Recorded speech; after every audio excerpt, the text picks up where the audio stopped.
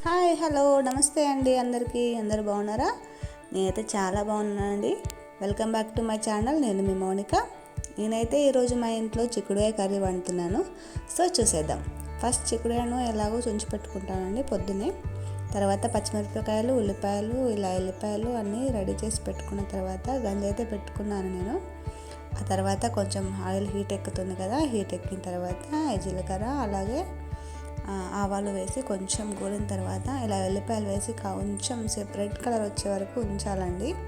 ఎల్లిపాయలు వేస్తే చాలా టేస్టీగా ఉంటుంది కర్రీ.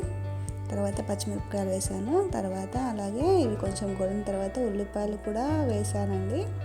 ఈ ఉల్లిపాయలు పచ్చిమిరపకాయలు వేసిన తర్వాత ఇందులో కొంచెం సాల్ట్ వేసుకోవాలి. ఎందుకంటే ఈ పచ్చిమిరపకాయలు ఉల్లిపాయలు అనేవి కొంచెం తొందరగా గోలుతాయి అన్నమాట, రెడ్ కలర్కి వస్తాయి తొందరగా.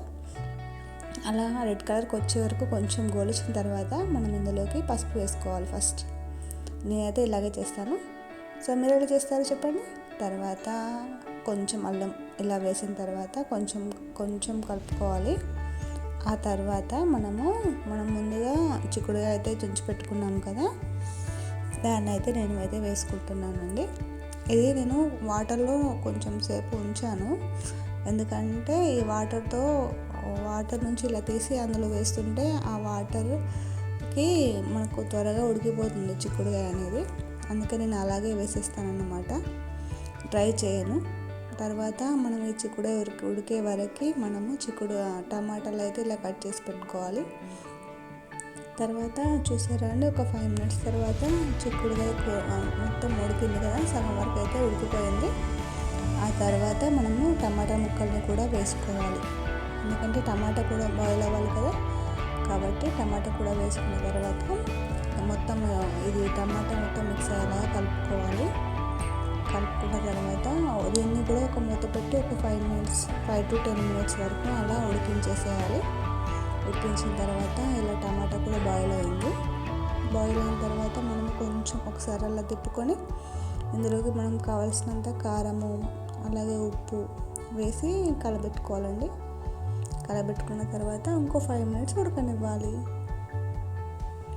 ఆ తర్వాత మనం కొంచెం కారం అలా వేసి కొంచెం ఉప్పు వేసి ఉడకబెట్టుకోవాలి. ఇలా కలుపుకున్న తర్వాత మనం కొత్తిమీర వేసి ఒక 2 minutes బాయిల్ అయిన తర్వాత ఆఫ్ చేసుకుంటే సరిపోతుందండి. మనం చిక్కుడుకాయ టమాటా కర్రీ రెడీ అయిపోతుంది. సో నేనైతే మా ఇంట్లో ఇలాగే చేస్తానండి. నేను చేసే వంట మీకు నచ్చింది.